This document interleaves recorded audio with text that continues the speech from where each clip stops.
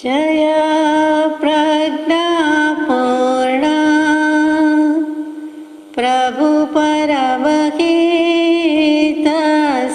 जगने दया दृष्टि याचू अरज मुझ आप चरणे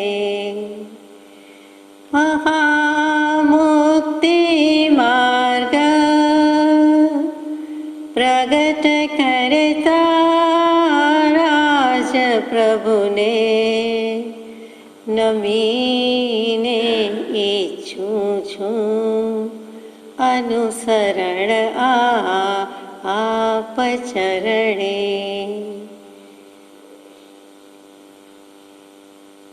यदि ये चैतन्ये मुकुरैव भावाश्चिदचित् समं भान्ति द्रव्य व्ययजनिलसन्तोऽन्तरहिता जगत्साक्षी मार्ग प्रकटन परो भानुरिवयो महावीर स्वामी नयन पथगामी भवतु मे। સત્શ્રુતને નમસ્કાર, તારક ત્રિપુટીને નમસ્કાર, માવિત્રોને નમસ્કાર, અસીમ ઉપકારી આત્માને નમસ્કાર, માવિત્રો સમાન મુરબ્બીઓ મુમુક્ષોને નમસ્કાર। પરમ કૃપાદેવ પ્રણીત વચનામૃતજી પત્રાંક 56, 57, 58। 56મો પત્ર પરમ પૂજ્ય જૂઠાબાઈને માત્ર 2 લીટીનો 1.5 લીટીનો આપણે યથાશક્તિ વિચાર કર્યો હતો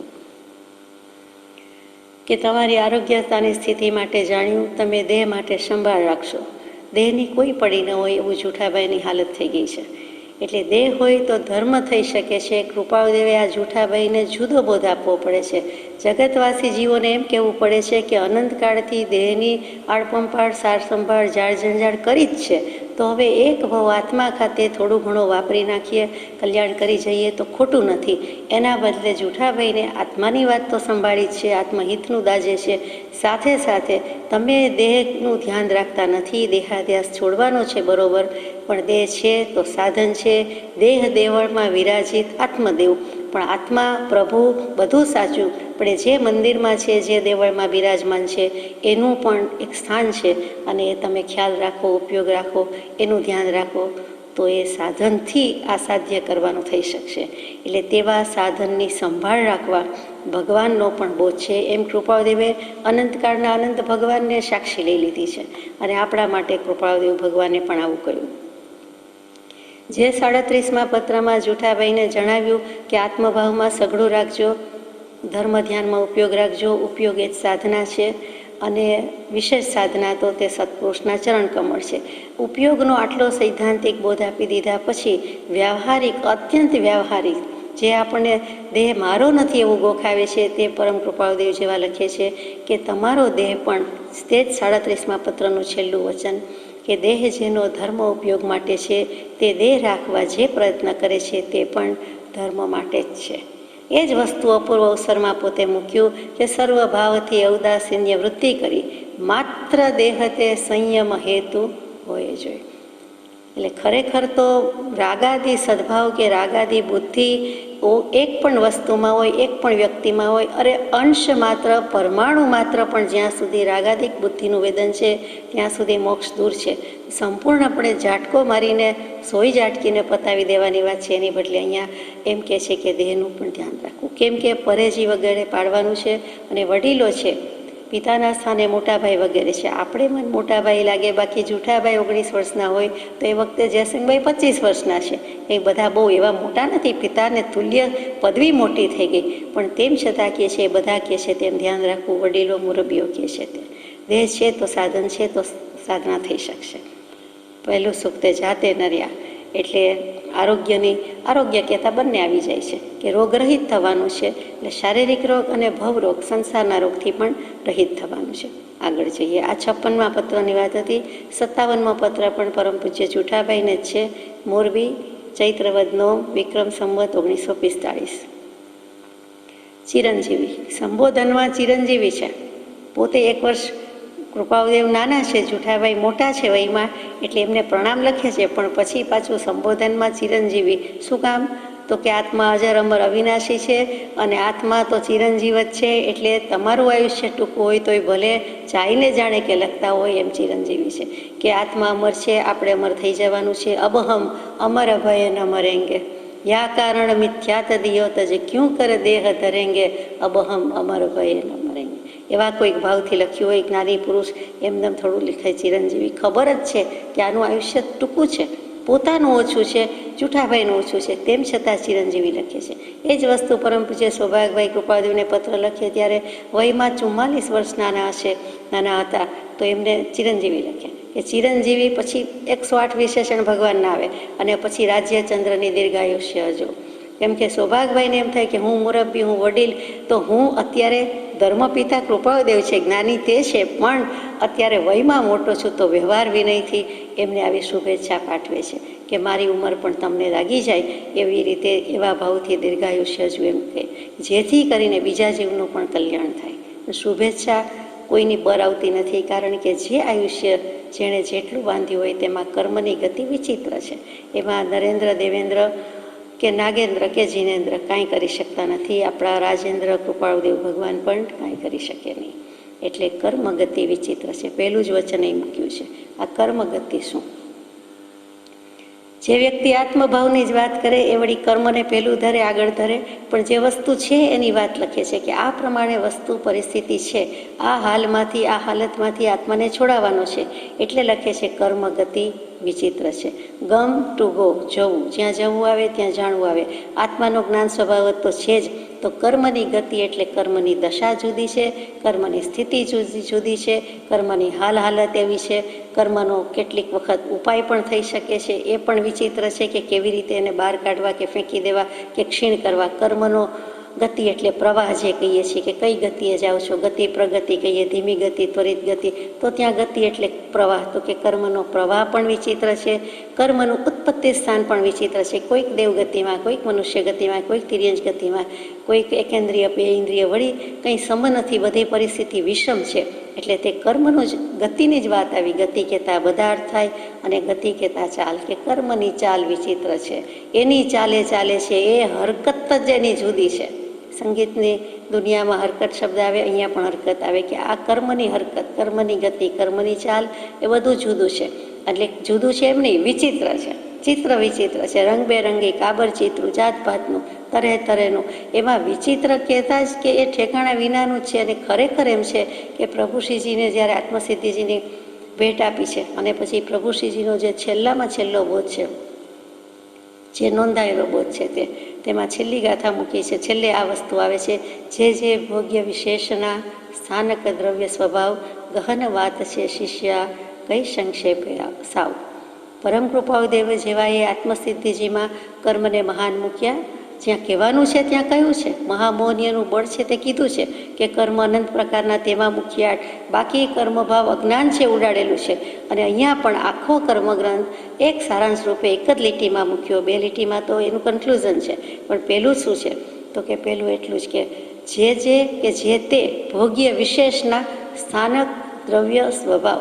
એમાં ભોગ્ય વિશેષ હજી સમજી શકીએ, સ્થાનક અને દ્રવ્ય સ્વભાવ વિચારણા માગી લે છે, ઊંડી વિચારણા માગી લે છે. તો ત્યાં કૃપાળદેવે કહી દીધું, આ લાંબી વાત છે, ગહેરી છે, ગહન છે, કઈ સંક્ષેપે સાવ. આ તદ્દન ટૂંકમાં કહી દીધું. આખો કર્મગ્રંથ એટલી એક લીટીમાં મૂકી દીધો.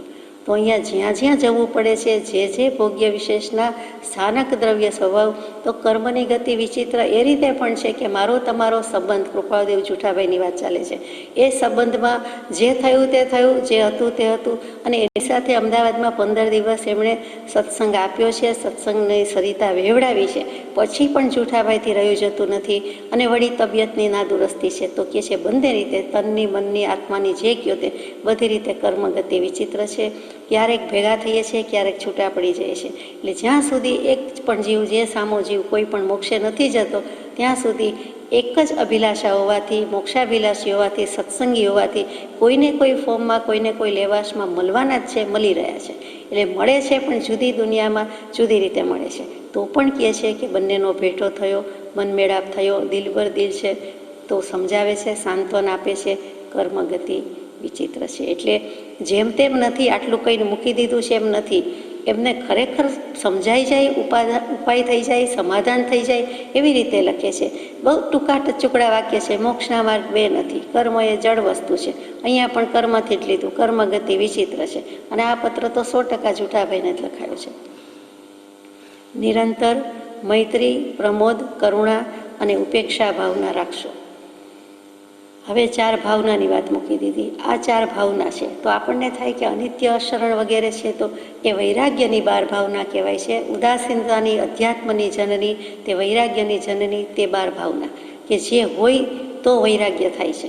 એટલે એ 12 ભાવના અનિત્ય, અશરણ, સંસાર, એકત્વ, અન્યત્વ, અશુચિ, અને પછી આશ્રવ, સંવર, બોધિ દુર્લભ, ધર્મ દુર્લભ, લોક સ્વરૂપ વગેરે ભાવના, કંઈક નિર્જરા ભાવના હોય તો એ. તો આ બધી ભાવના જે મૂકી છે તે 12 ભાવના, વૈરાગ્યની 12 ભાવના. ત્યાં પાયાની 4 ભાવના કઈ તો કે મૈત્રી, પ્રમોદ, કારુણ્ય અને માધ્યસ્થ. આ 4 પાયાની ભાવના છે. તીર્થંકર નામ કર્મ પ્રકૃતિ ઉપાર્જન કરવાની 16 કારણ ભાવના છે, તેને કારણ ભાવના બોલાય છે.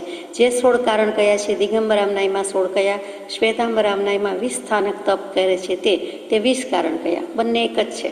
એટલે અહીંયા જ્યારે કારણ ભાવના આવે ત્યારે તે 16, અહીંયા પાયાની ભાવના આવે ત્યારે આ 4, વૈરાગ્યની ભાવના આવે તેની 12, અને આત્મહિતકારી 84 ભાવના કોઈ શાસ્ત્રોમાં મૂકી છે એ પાછી જુદી છે. 84 બોલ જુદા છે. સમ્યક્ત્વ પરાક્રમના બોલ જુદા છે, આત્મકલ્યાણની ભાવના જુદી છે. એટલે એ 84. બધાનો આશય તો એક કે પ્રયોજનભૂત એવું આત્મતત્વ, એનો પરિચય કરો, એને ઓળખો, એને અનુભવો. એટલે આત્મતારો શીઘ્ર એને ઓળખો, એ સિવાય કોઈ વાત નથી. તો અહીંયા આ 4 ભાવનાની વાત મૂકી. મૈત્રી, પ્રમોદ, કરુણા અને ઉપેક્ષા ભાવના રાખશો. આ 4 પાયાની ભાવનાને પરાભાવના પણ કહેવાય છે. પરા એટલે ઉત્કૃષ્ટ, સર્વોત્કૃષ્ટ પરિણામ લાવનારી જે કોઈ છે તે, છેવટના પરમપદમાં સ્થિતિ કરાવી દે તેવી છે તે પાયો છે, પાયાની ઈંટ છે. પાયાની ઈંટ સમાન જૂઠાભાઈ છે. વચનામૃતજીના પાયો, પાયાના શ્રી ગણેશ, પાયાની ઈંટમાં કોઈ હોય તો પરમ પૂજ્ય જૂઠાભાઈ છે. એ ખાસ કહી દઉં, ભૂલવા જેવું નથી. કેમ કે 5મું બોધવચન, 8મું, 12મું સજ્જનતાવાળું, ત્યાર પછી સ્વવિચાર ભુવન છે, હાથનોંધમાં લખ્યું છે તે, પછી 21મો પત્ર, અગર 22મો પત્ર, બેમાંથી એકની વાત તો છે જ, પછી 23, 24, 25 જે અત્યારે પત્ર સ્વરૂપે છે તે એ વખતે એમણે કૃપાળદેવે લખી દીધા હતા, પોતે લખી લીધા હોય. પછી એમને તત્વજ્ઞાન હવે મુકાયું, પાછળથી મુકાયું, પણ તત્વજ્ઞાનમાં જે પત્રોનો સમાવેશ છે એટલે કે વચનામૃતજીમાં પણ છે, એના ઉતારા કરવા આપ્યા અને એમને લઈ જવા કહ્યું. માત્ર લખીને જતા રહો એમ નહીં તો ઉતારા જ કરાવ્યા કહેવાય. ઉતારો કરાવ્યો છે, જૂઠાભાઈ પાસે સૌથી પહેલો કરાવ્યો. ક્યાં કરાવ્યો? મોરબીમાં ફાગણ મહિનામાં 1 મહિનો સ્થિતિ છે. કેમ કે આટલો બધો વિરહ રહ્યું જતું નહોતું, એટલે જૂઠાભાઈને કહે છે કે તમારી તબિયતની પણ વાત છે અને આવવું હોય તો આવી શકો છો. એમ કરીને ત્યાં 1 મહિનો રહ્યા છે અને પૂરેપૂરો સત્સંગ કર્યો છે.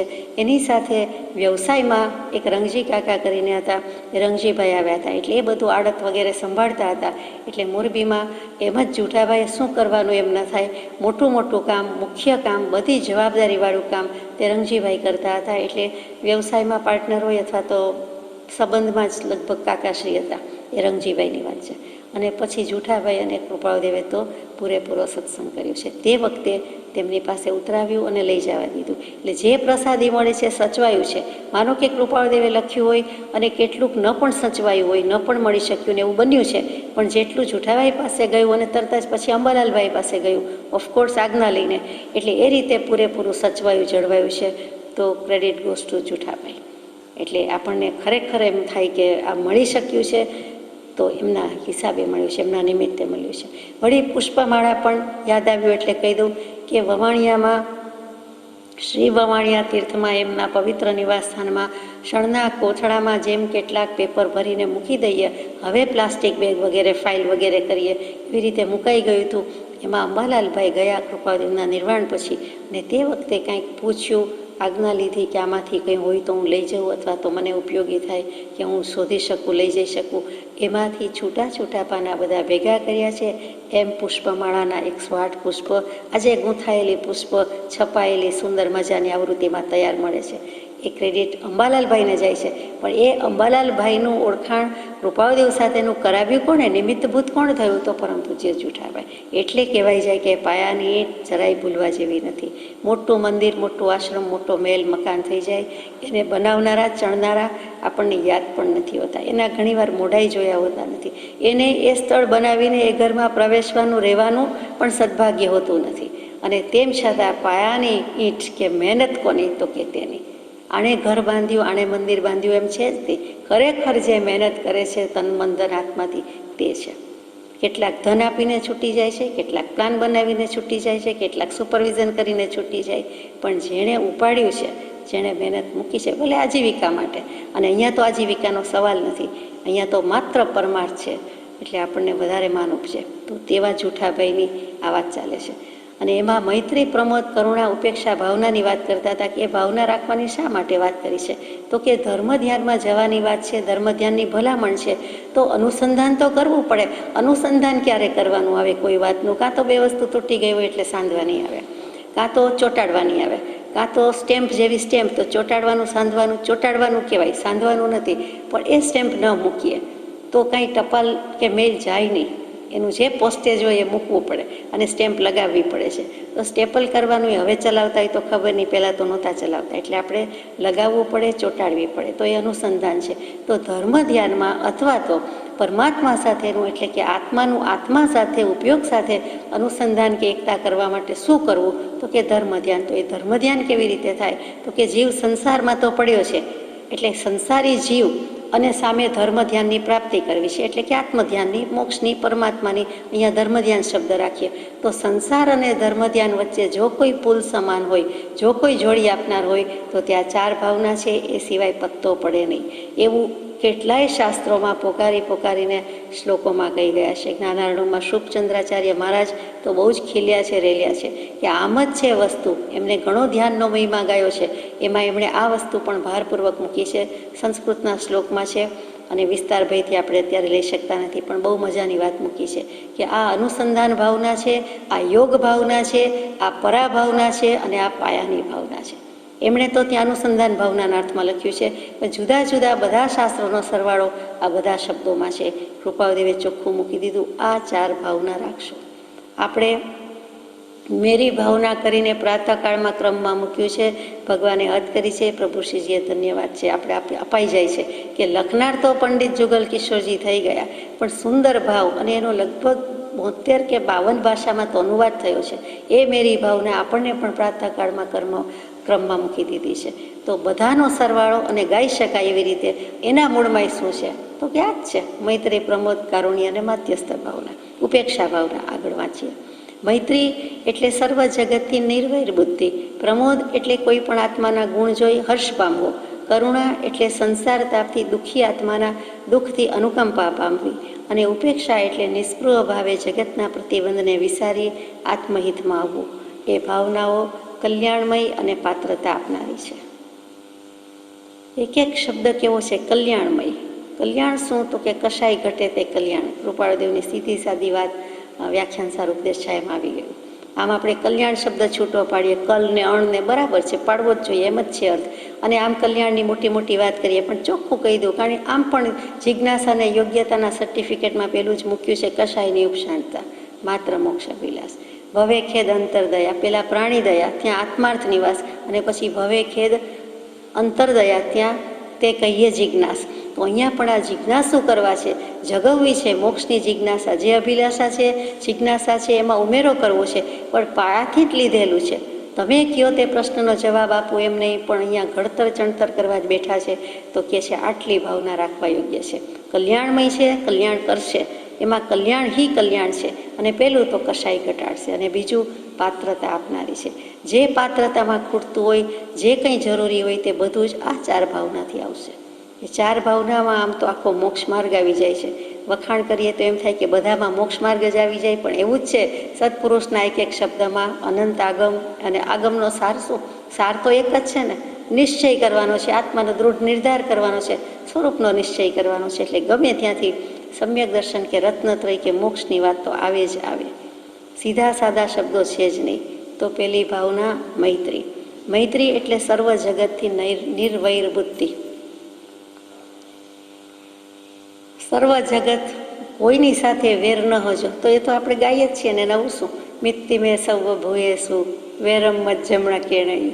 દરેક પર્યુષણમાં ગાય, દરેક 14માં ભાવ આવે, લગભગ વારંવાર થાય. કોઈ સાથે દોષ અપરાધ ભાવ હોય, પ્રાયશ્ચિત લેવા યોગ્ય કર્યું હોય ત્યારે પણ ખૂંચતું હોય શલ્યની માફક, તો તરત મિચ્છામી દુક્કડમ કરીએ કે તરત ખ્યાલ આવે કે આ ખોટું થયું, અથવા સામું અથવા મારું કે કોઈનું પણ અંતઃકરણ દુભાયું, તો ત્યાં મૈત્રી ભાવ છે કે સામા જીવને પોતાના સમજુએ તો જ આ મૈત્રી ભાવ આવે. મને જેવું દુઃખ લાગે છે તેવું જ સામાને લાગ્યું હોય, મારા કરતાં કદાચ વિશેષ લાગ્યું હોય. મને ઠંડુ ગરમ લાગે છે તેવું જ બીજાને લાગે, મને તીખું ખાટું લાગે તેવું જ બીજાને લાગે. એટલે તરત જ સર્વ જીવ પ્રત્યેનો મૈત્રી ભાવ, સામ્ય ભાવ, સિદ્ધ સમાન ભાવ આવે જ આવે, અને તે આવે તો જ મૈત્રી ભાવ આવે. નહીં તો આખા જગતથી નિર્વેર બુદ્ધિ, તો કે હા આખા જગતથી કે, પણ જ્યાં વેરભાવ જેવું હોય, દ્વેષ બુદ્ધિ હોય, એમાં કાંઈ ફેર ન પડે. એ તો જેમ છે તેમ યથાવત રાખે, અથવા તો વંશ પરંપરાગત અથવા કુળ પરંપરાથી, અથવા તો આગલા ભાવ સુધી ચાલુ રાખે. તો એ તો કરવા જેવું નથી. વેર શબ્દ જ ન હોવો જોઈએ. અને હોય તો વેરી કોણ? તો કે આપણું જ મન વેરી થઈને રહે છે, પોતે જ પોતાનો શત્રુ, પોતે જ પોતાનો વેરી. ઉત્તરાધનજી સૂત્રમાં બહુ સુંદર મૂક્યું, કૃપાદેવે કોઈ પત્રમાં મૂક્યું છે કે એ જ વેરી છે. ક્યારે? તો કે પોતે જ જઈને દુઃખી થાય છે, દુઃખી કરે છે. આત્મા પોતાનું હિત ન કરે, ન ઈચ્છે તો પોતે જ વેરી થયો. હકીકતમાં વેરી કે શત્રુ કોઈ નથી. અને માનવા જોઈએ તો અંતરંગ અરી છે કે જે કામ, ક્રોધ, માન, મોહ, મદ, મત્સર વગેરે ષડ રીપુ કહીએ, વેદાંત દર્શન ષડ રીપુ કહીએ, જીનાગમ, ક્રોધ, માન, માયાલોક કહીએ, તે જ આપણા શત્રુ. એ સિવાય કાંઈ નથી. અને સાવ શત્રુ, મોટો શત્રુ કેવો હોય તો મોહનીય કર્મ, એના મૂળમાં નિમિત્તમાં કેવું હોય તો અનંતાનુબંધી કશાય. તો એ કહે છે કે ન હોવું જોઈએ. એટલે પરમાર્થથી આ કાંઈ ન જોઈએ તો સમ્યક દર્શન થાય જ ને, ખડું જ થાય, હાજર જ છે.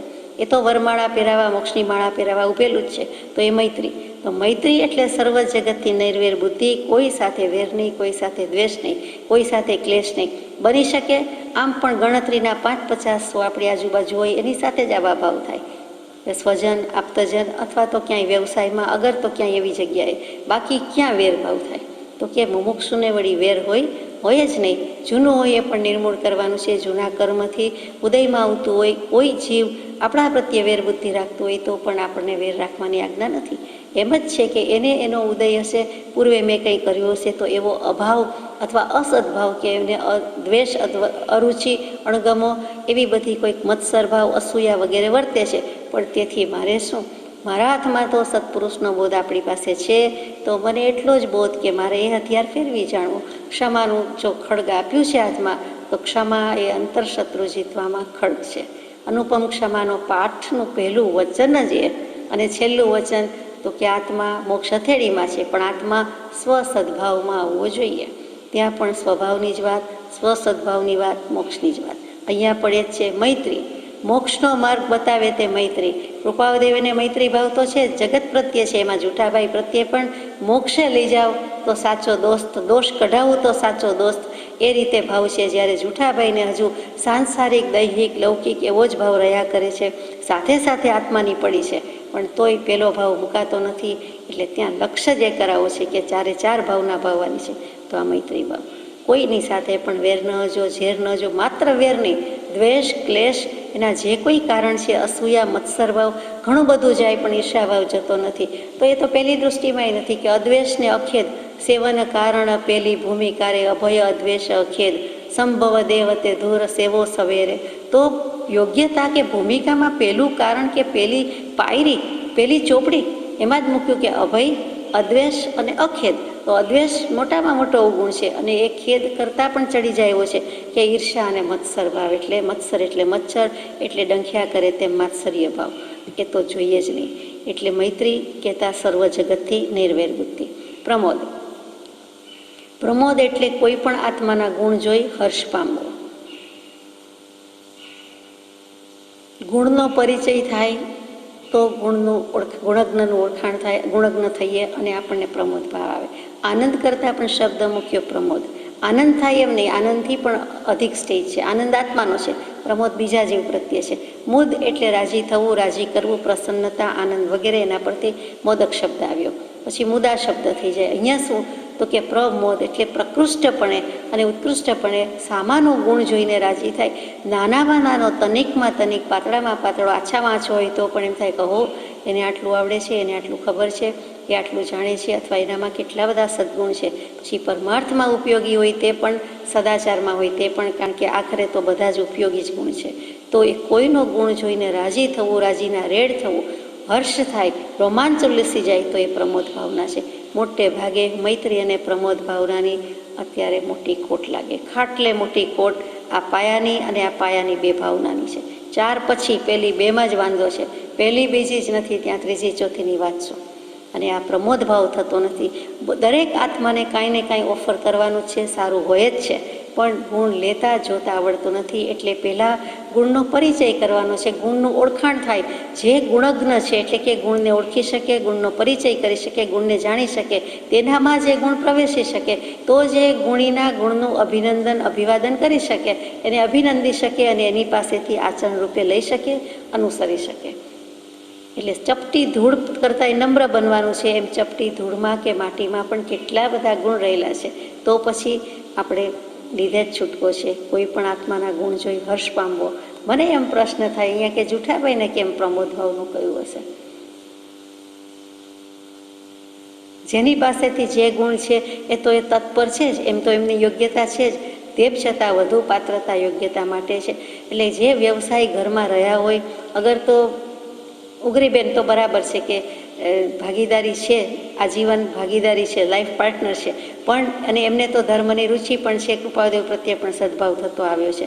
તો બીજું શું છે તો કે બીજી કોઈ પણ પ્રતિકૂળતા હોય અથવા પ્રતિકૂળતા લાજતી લાગતી હોય, તે બધામાં પણ ગુણ છે. સ્થાનકવાસી આમનાઈને ઉપાશ્રયમાં જવાનું કહે તો તેમ કરવું, આ કૃપાદેવ. બીજે ન જવું એમ નહીં, પણ જઈને સમ્યક પ્રકારે ગુણ ગ્રહણ કરી લેવો.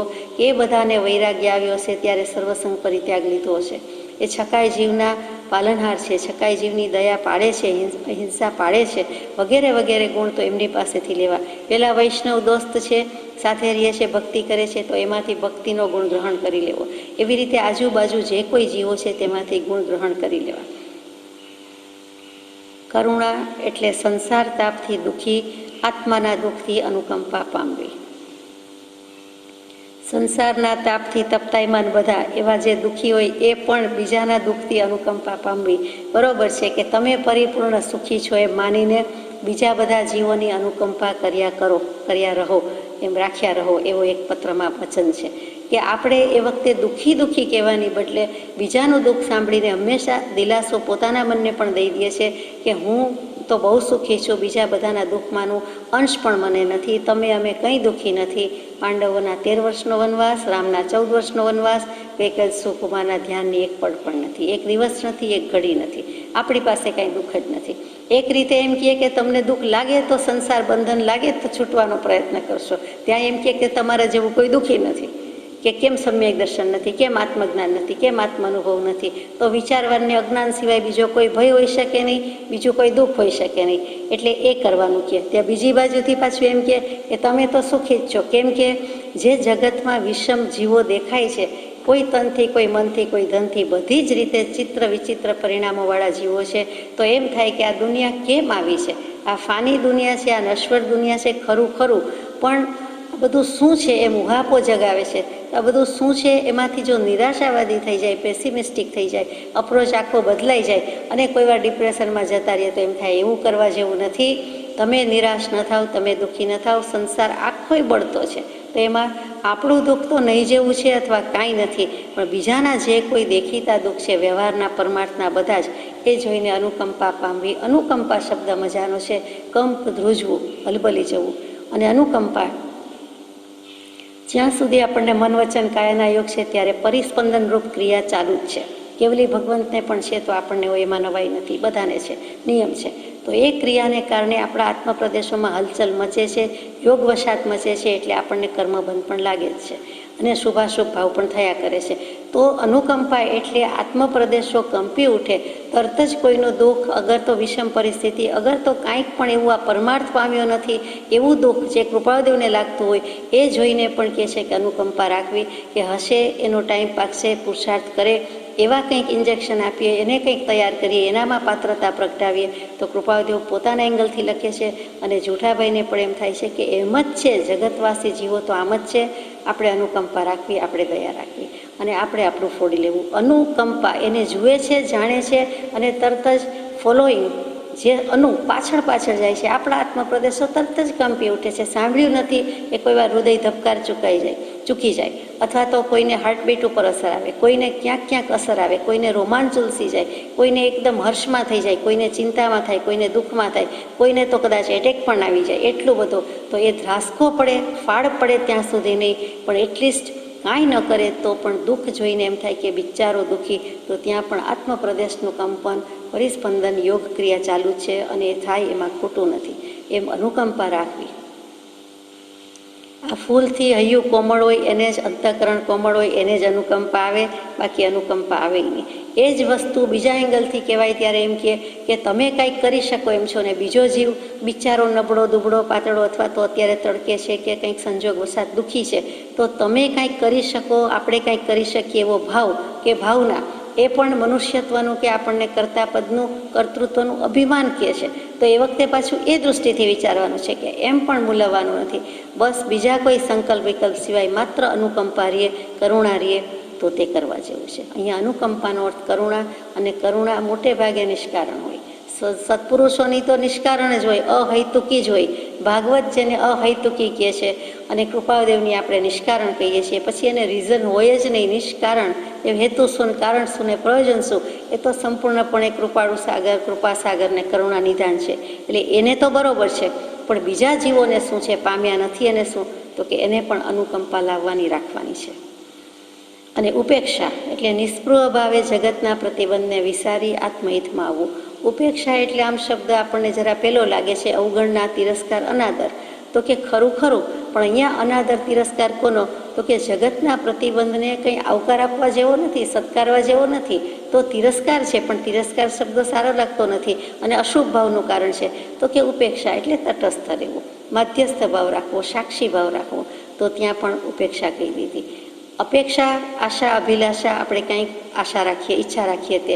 ઉપેક્ષા, ઈક્ષ એટલે ઈક્ષ શબ્દ તો છે જ, ઈચ્છા તો છે જ, પણ ઉપેક્ષા કે હોવા છતાં ન કરવું, જોયા છતાં ન જોયું કર્યું, સાંભળવા છતાં ન સાંભળ્યું કરી નાખવું. એવી રીતે જે કંઈ બને છે તે બને છે.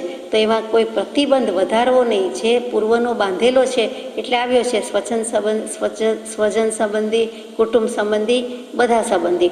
પણ એ પ્રતિબંધમાં ઉપેક્ષા ભાવ રાખવો. દેહાદી પ્રતિબંધ પણ આવ્યો કારણ કે તબિયત નાદુરસ્ત છે, તો એ એક પ્રતિબંધ છે, પૂર્વનો ઉદય છે, એના પ્રત્યે પણ ઉપેક્ષા ભાવ એટલે અવગણવું. હમણાં લખે છે કે દેહનું ધ્યાન રાખવું. પાછું અવગણવું એટલે શું, તો કે દેહ ભાવને અવગણ દેવો, અને જે કર્મો ઉદયમાં આવ્યા છે એના પ્રત્યે માધ્યસ્થ ભાવ, સાક્ષી ભાવ કે આવ્યા છે તો વેદી લેવાના છે, સમપરિણામે વેદવાના છે.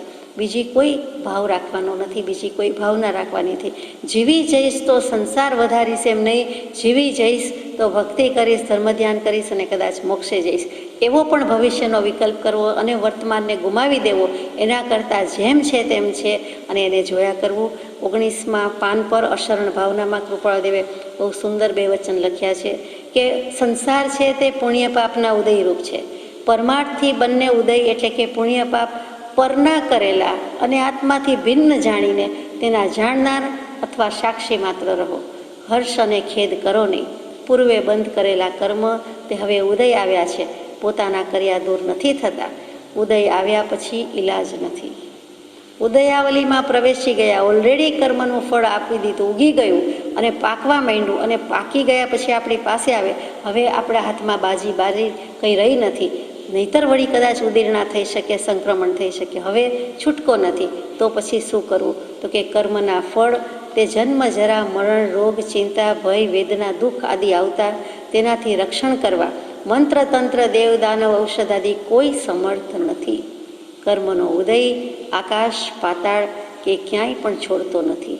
ઔષધાદિક બાહ્ય નિમિત્ત અશુભ કર્મનો ઉદય મંદ થતાં ઉપકાર કરે છે. તે છે તો અશરણ ભાવનામાં, પણ અહીંયા બિલકુલ લાગુ પડતી વાત છે. એટલે આપણને સમજાય કે યાદ કરીએ, ભગવાનના જ શબ્દોથી સમજીએ કે પરમાર્થથી બંને ઉદય છે, સંસાર છે, પુણ્ય પાપ છે, એનો ઉદય આવ્યો છે, એમાં કોઈ કાંઈ કરી શકે તેમ નથી. એટલે ત્યાં ઉપેક્ષા રાખવાની છે. બોધ શું આવ્યો? સાક્ષી ભાવ રાખવાનો છે કે હવે તટસ્થ રીતે જોયા કરવાનું, મધ્યસ્થ રહેવાનું છે. આત્મહિતમાં આવવું એટલે આત્મકલ્યાણ તો કરવાનું છે. એ ભાવનાઓ કલ્યાણમય અને પાત્રતા આપનારી છે. આમાં તો જેટલું કહીએ તેટલું થોડું છે. પત્ર પૂરો કરીએ છીએ અને બીજો પત્રાંક 58 શરૂ કરીએ. એમાં પણ 4 ભાવનાની વાત છે. આગળ જઈએ. પત્રાંક 58, મોરબી, ચૈત્રવદ દસમ, વિક્રમ સંવત 1945. ચિરંજીવી ખીમજીભાઈ દેવજીભાઈને, તારીખ 25/4/1889. તમારા બંનેના પત્રો મળ્યા. એટલે ખીમજીભાઈનો પણ મળ્યો અને કાં તો દયાળજીભાઈ પાસે જવાનું કહેતા હતા, તો દયાળજીભાઈએ પણ કંઈ લખ્યું હોય એમ લાગે છે. એક કલ્યાણજીભાઈ કરીને પણ મુંબઈમાં એ વખતે કૃપાદેવના સત્સંગમાં જતા અને દ્રવ્યગુણ પર્યાયની બહુ જ વાતો કહેતા, અગ્રાધર પૂછતા અને સમાધાન પામતા. એ પણ હોઈ શકે. આ એ અરસાની વાત છે. એટલે સ્યાદવાદ દર્શન સ્વરૂપ પામવા માટે તમારી પરમ જિજ્ઞાસાથી સંતોષ પામ્યો છું. સ્યાદવાદ દર્શન રૂપ સ્વરૂપ.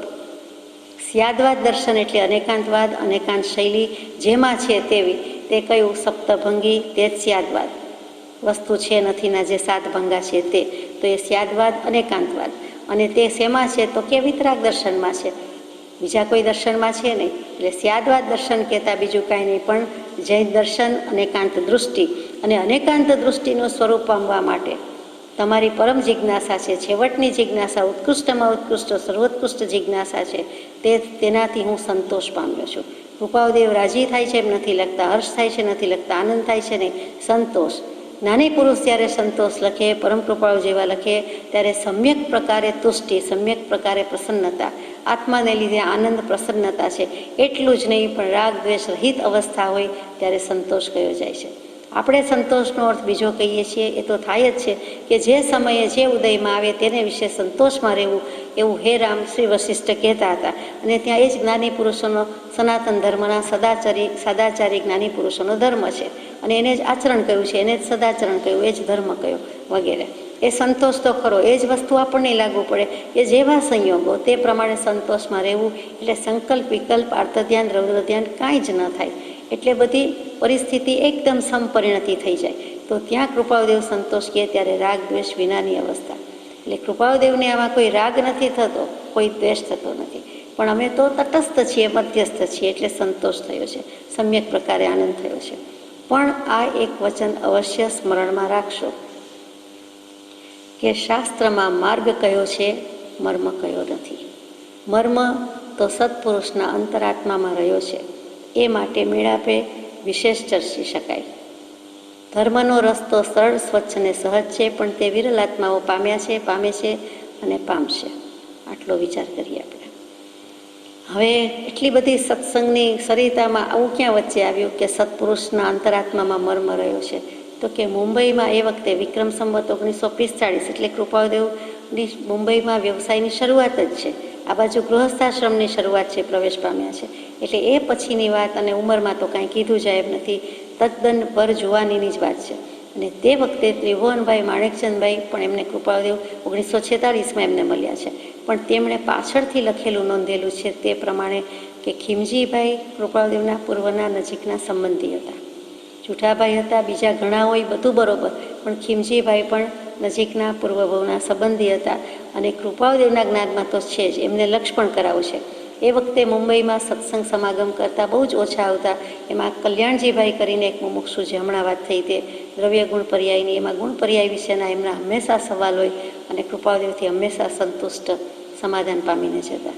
અને તે વખતે એક વ્યક્તિ એટલે ખીમજીભાઈ પોતે પણ ઘણી વખત જતા. એટલે દર વખતે નહીં, કલ્યાણજીભાઈ જેવા નિયમિત નહીં, પણ મોટે ભાગે એ પણ જતા.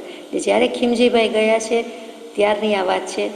ત્યારે જે કાંઈ સાંભળે સંતોષ થાય, સમાધાન થાય, કૃપાદેવ પ્રત્યે ઘણી પ્રીતિ પ્રતીતિ ઉપજે. પત્ર વ્યવહાર પણ શરૂ થઈ ગયો છે, ત્યાં સુધી તો બરોબર. એક દિવસ એક વખત એમના હાથમાં કોઈક પુસ્તક આવ્યું, ફાંફા ફોડા કરતા હોય, અને કૃપાળદેવી એવી આજ્ઞા નહોતી કરી કે તમારે આ જ વાંચવું, કયું છે તે જ વાંચવું, પૂછ્યા વિના વાંચવું નહીં, કાંઈ કહ્યું નહોતું. એટલે ખીમજીભાઈને કંઈક લાઇબ્રેરીમાંથી હોય કે પુસ્તકાલય કે ગમે તેની પાસેથી હોય, પણ કંઈક એવું પુસ્તક આવ્યું, શાસ્ત્ર આવ્યું હાથમાં, અને એ વાંચતા વાંચતા એમને એમ થયું કે આમાં બધું જ લખ્યું છે, આમાં બધી જ ઇન્ફોર્મેશન છે, આમાં બધી જ વાત, બધા જ વિષય, બધી જ છણાવટ છે, ખૂબ સુંદર સમજાવ્યું છે, લખેલું છે, અને મને તો બધો જ ખજાનો મળી ગયો. એટલે સત્સંગ મુખ પડતો, અને ત્યાંથી તદ્દન કોઈ દિવસ અચાનક એમ જાય નહીં, અને ગિરનાર જતા રહ્યા, ને જુનાગઢમાં ગિરનાર પહાડ પર, અને ઘણા વખત સુધી ત્યાં રહ્યા. એટલે કૃપાળદેવ વગેરે કોઈને કહ્યું નહીં, ઘરનાને કહ્યું હશે, આપણે જાણતા નથી. અને ત્યાં રહ્યા, અને ત્યાં એમ થાય કે હું પુસ્તક એકલો નિરાતે અસંગતાથી વાંચી લઉં અને વાંચીને કલ્યાણ કરી લઉં. અને આમાં તો મને ખજાનો જ મળી ગયો, માનો ને કે આ જેમ સોનામોર મળી જાય કે ચરું, એમાં તો હજી વિકલ્પ થાય કે આપણું ધન નથી, લેવાય નહીં. આમાં જ્ઞાન કાંઈ અદત્ત ન કહેવાય, એટલે એ તો લઈ લેવાય. એ ભાન નથી કે આજ્ઞાનો વિચાર કરવો જોઈએ, એટલે તે એવું કરે છે.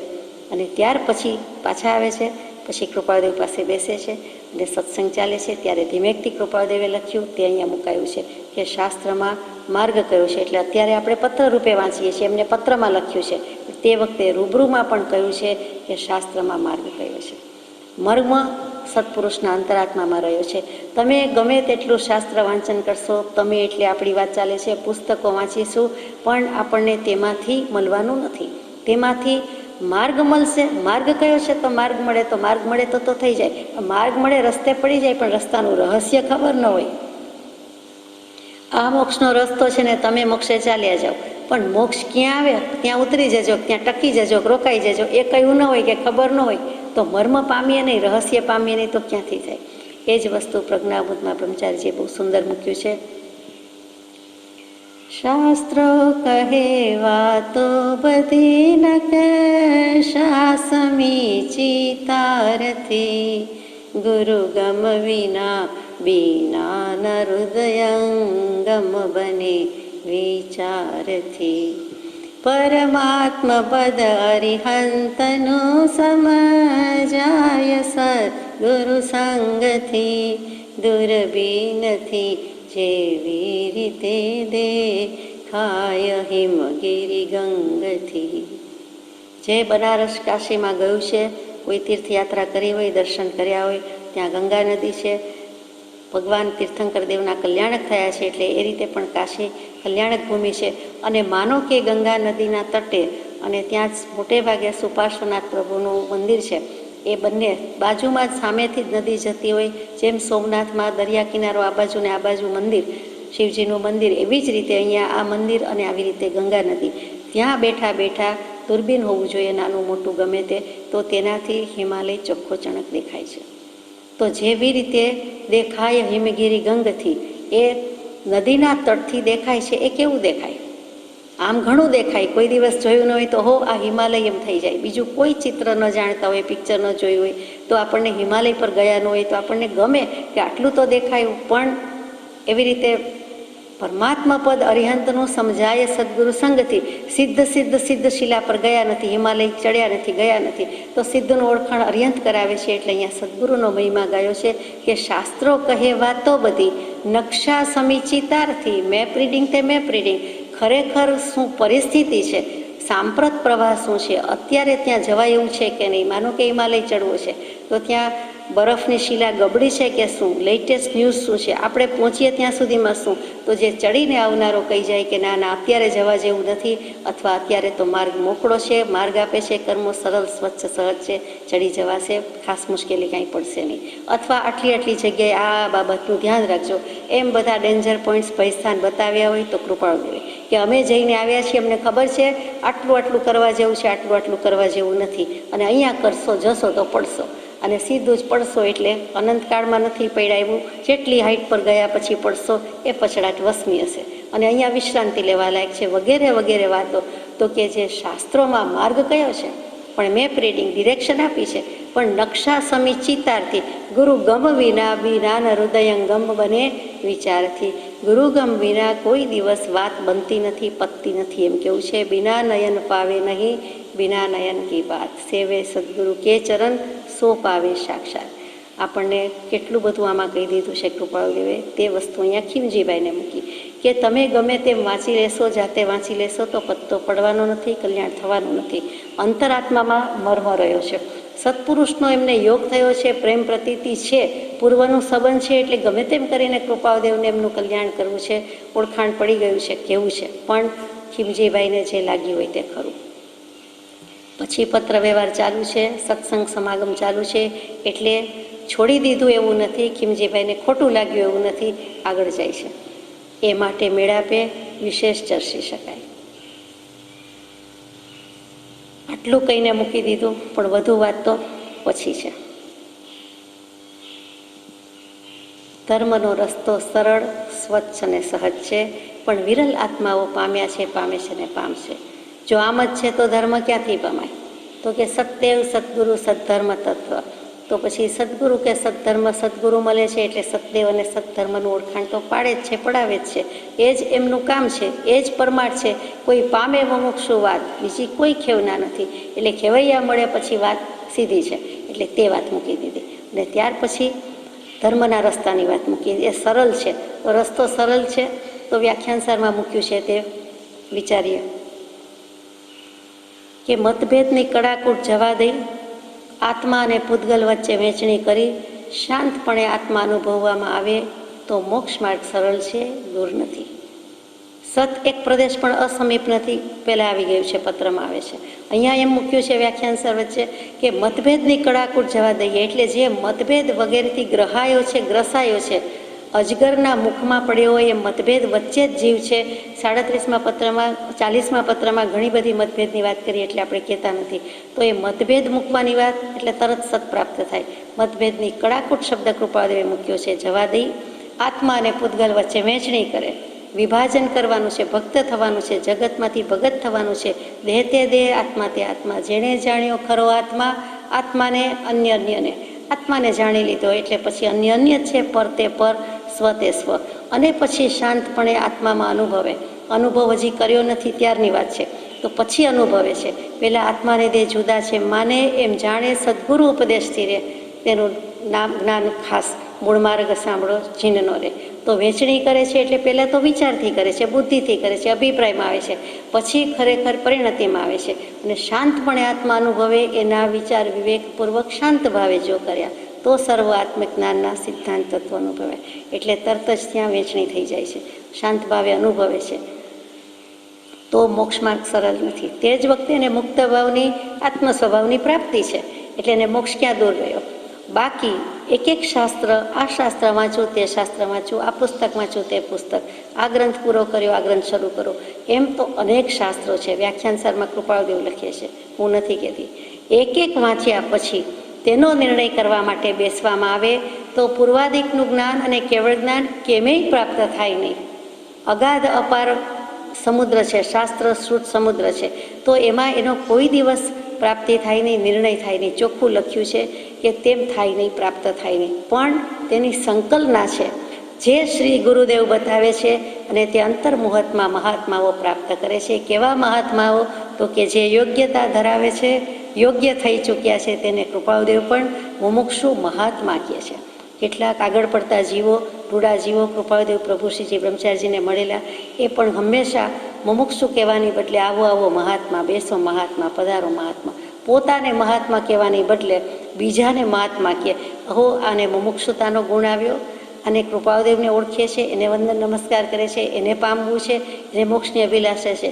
તો કે ત્યાં યોગ્યતા જીવ, યોગ્યતાવાળા જીવ, યોગ્ય જીવ, પાત્ર જીવ એમ કહેવાની બદલે ધર્માત્મા કહે, અને ખાસ કરીને મહાત્મા કહે. ધર્માત્મામાં કોઈ વખત અર્થ બદલાઈ જાય કે ધર્મ પામી ગયા, જાણે કે સમ્યક દર્શન થઈ ગયું એવો અર્થ થાય.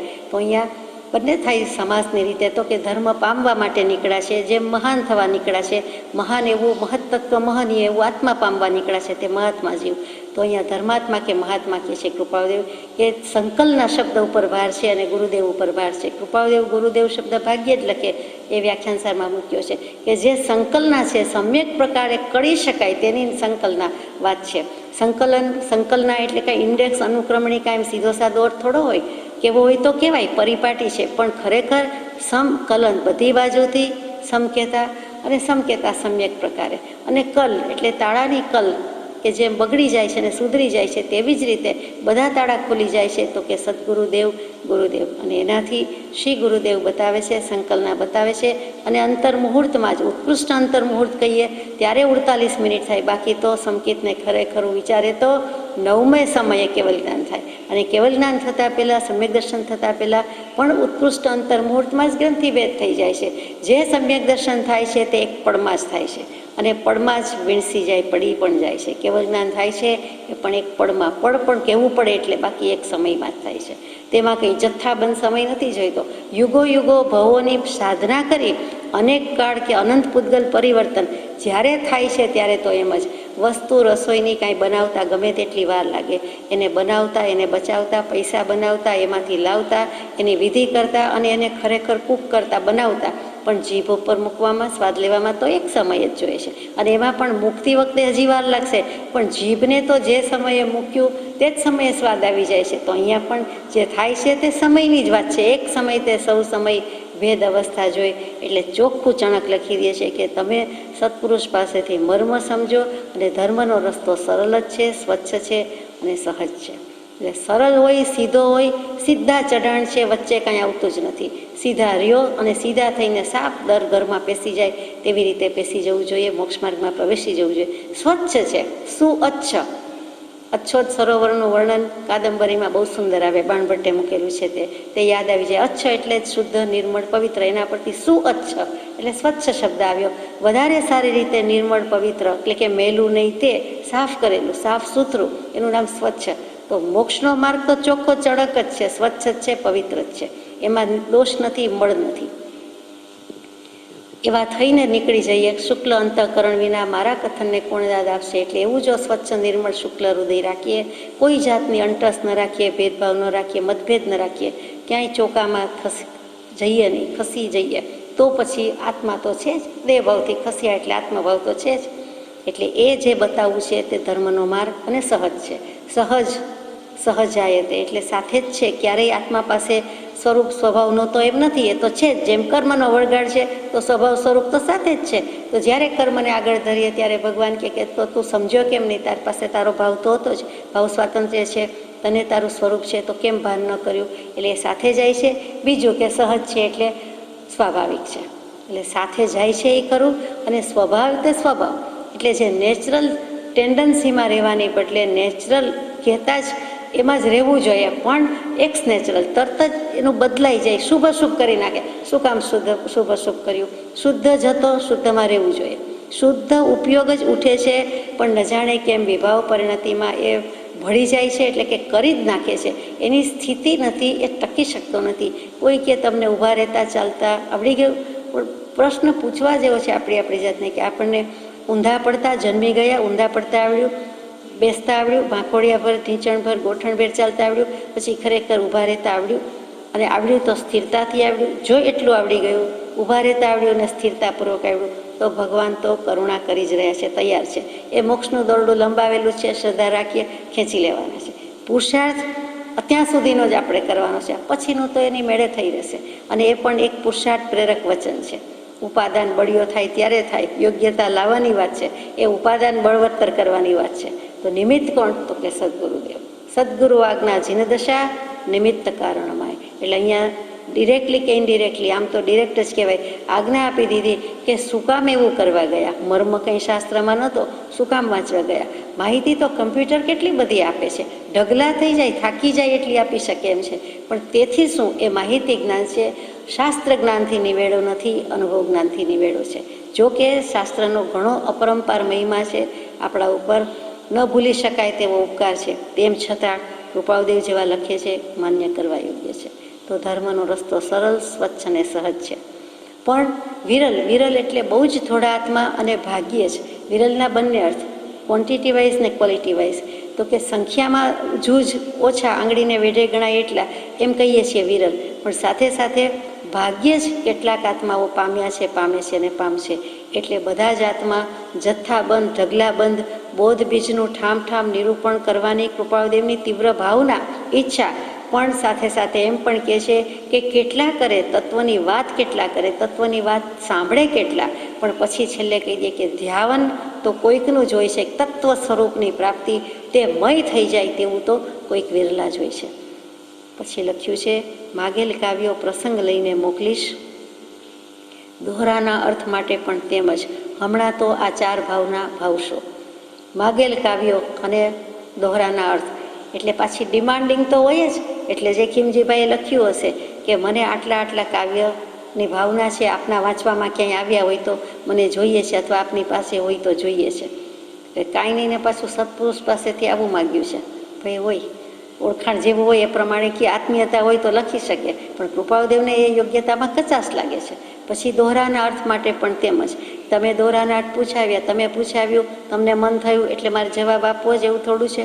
એ અત્યારે તમને કંઈ કાર્યકારી થાય તેમ નથી, અત્યારે કંઈ તમને જાણવાનું ફળ નથી.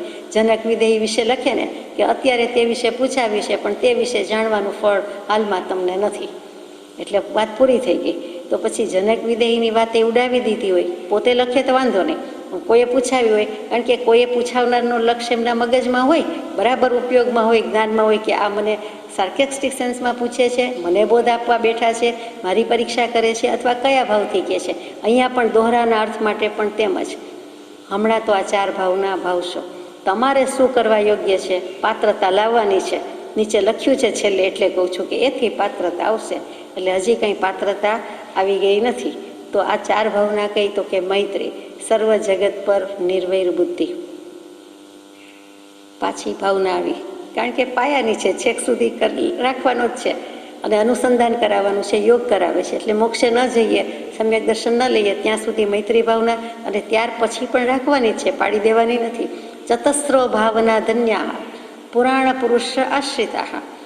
એક શાસ્ત્રમાં શ્લોક છે કે ચતસ્રો ભાવના ધન્ય, આ 4 ભાવના ધન્ય છે કે એને ભાવનારાય ધન્ય છે. પુરાણ પુરુષાશ્રિતા, અહીંયા તીર્થંકર દેવ ન લખ્યું, અહીંયા કોઈ બીજા શબ્દ નહીં મૂક્યા, પણ પુરાણ પુરુષ મૂક્યો છે. એ વિચાર કરવા જેવો છે. આદિ પુરુષ અનાદિકાળથી ધર્મ છે, તો જ્યારથી પણ છે ત્યારથી એ પુરાણ પુરુષ કહેતા, જે કૃપાળુદેવ લખે છે તે જ પુરાણ પુરુષ. આદિ પુરુષ કયો, પરમાત્મા કયો, એક શબ્દ છે, એક વિશેષણ છે, પણ ભાવ સુંદર આવે છે. તો કે એને આશ્રય કરીને જે આત્મા અનંતકાળમાં જૂના જમાનામાં આપણે કહીએ ને તેમ જ્યારે મોક્ષે ગયા, તો આ 4 ભાવનો એનો આશ્રય કરીને ગયા છે. આ 4 તો પાયો હતો જ, હવે પાયા બદલાઈ નથી ગયા. પહેલાં પણ પાયામાં આ જ પૂરાતું, આજે પણ આ જ પૂરાય છે. બીજી વસ્તુમાં કદાચ બદલાઈ જાય, સિમેન્ટ કોન્ક્રીટમાં ફેર પડી જાય, પણ આમાં કંઈ બદલાતું નથી.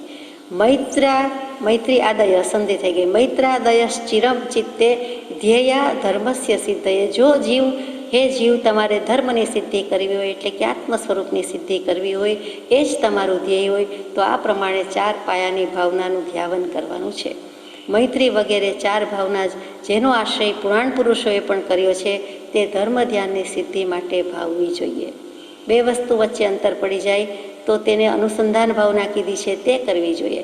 એટલે એક વિનય વિજયજી મહારાજ થઈ ગયા, તેમણે 12 ભાવના વિશે અને આ 4 ભાવના વિશે પણ ઘણું લખ્યું છે.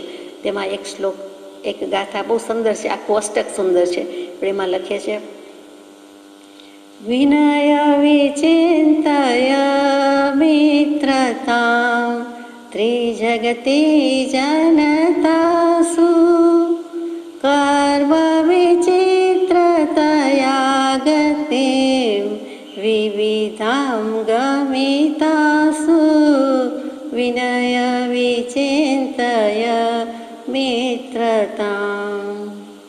એમાં ભાવ બહુ સુંદર છે કે હે વિનય વિજયજી મહારાજ, એટલે હે વિનય એમ પોતે પોતાને સંબોધતા હોય તેવી રીતે, અને કોઈ પણ આત્માને કે વિનય ગુણ છે, મોટો ગુણ છે, એટલે હે મુમુક્ષુ કે હે વિનય જીવ, અથવા વિનય પોતાનું નામ છે, એટલે કે વિચિંતય મિત્રતામ, તું મૈત્રીનો વિચાર કર, તું મૈત્રી ભાવનો વિચાર કર, મૈત્રી ભાવનો પવિત્ર ઝરણો મુજ હૈયામાં વયા કરો, એવો ભાવ કર. ત્રિજગતી જનતાસુ, આ 3 જગતમાં 3 લોકમાં જે કોઈ જનતા કે જીવો છે તેના માટે, તેના વિશે મૈત્રી ભાવ જ કેળવ, મૈત્રી જ રાખ. સમસ્ત સૃષ્ટિ 14 રાજ ત્રિલોક કર્મ વિચિત્રતયા ગતિમ, એ કર્મની ગતિ વિચિત્ર છે, ત્યાંથી પત્ર શરૂ થયો છે, અહીંયા પૂરો થાય છે કે કર્મ ગતિની વિચિત્રતાથી તે વિવિધ જગ્યાએ બિચારા ગયા છે. પણ હે વિનય, હે મુમુક્ષુ, હે જીવ, હે પાત્ર જીવ, પાત્રતા વધારે કેળવવા માટે આની તું ચિંતવના કર, આની તું ચિંતવના કર. બીજી ભાવના છે અનુકંપા, તેમના દુઃખ પર કરુણા. અહીંયા કૃપાળદેવે ક્રમ બદલ્યો, મૈત્રી પછી અનુકંપા લીધી છે પ્રમોદની બદલે. એટલે જે કંઈ કરુણા ભાવ છે તે કોના પર રાખવાનો છે? પોતાના આત્માની દયા આવી હોય તો જ બીજા જીવના દુઃખ ઉપર એને કરુણા આવે. ત્યાં કરુણા એટલે ઈચ્છા, કેમ કે આ ભાવનાની વાત છે, લાગણીની વાત છે, સંવેદનાની વાત છે. એટલે અહીંયા ઈચ્છા કેવી પડે કે કોઈના દુઃખે દુઃખી ને કોઈના સુખે સુખી, એટલે કરુણા ભાવ લાવી અનુકંપા રાખવી. કે એ જીવ પામ્યો નથી તો પમાડવું, એ પણ કરુણા છે. અને બીજા બધા સામાન્ય દુઃખની વાત પણ આવી ગઈ. પછી પ્રમોદ એટલે આત્મગુણ દેખી આનંદ, એ પ્રમોદ ભાવ બહુ જરૂરી છે. એ નથી તો એમાં પણ શ્લોક છે કે ગુણાહા ગુણજ્ઞેષુ ગુણા ભવંતી તે નિર્ગુણમ પ્રાપ્ય ભવંતી દોષાહા. જો ગુણજ્ઞ થાય, ગુણનો પરિચય હોય, ગુણને ઓળખી શકે તો જ ગુણને ભજી શકે, ગુણને બિરદાવી શકે. ગુણનું જ ઓળખાણ નથી, એ જ ગુણનું ઓળખાણ થાય તો પોતે ગુણી થઈ જાય, અને ગુણનું ઓળખાણ ન થાય તો પછી દોષ રૂપે પરિણમે છે. વસ્તુ તો એક જ છે, સામાનો ગુણ, નિમિત્ત તો એક જ છે, પણ ગુણજ્ઞ છે એ ગુણ રૂપે પરિણામ આવે છે. નિર્ગુણી છે, અવગુણી છે, એને દોષ રૂપે પરિણમી જાય છે.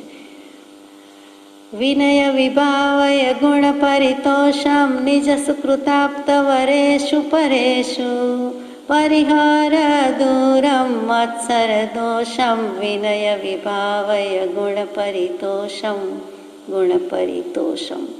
સજાત્મ સ્વરૂપ પરમ ગુરુ.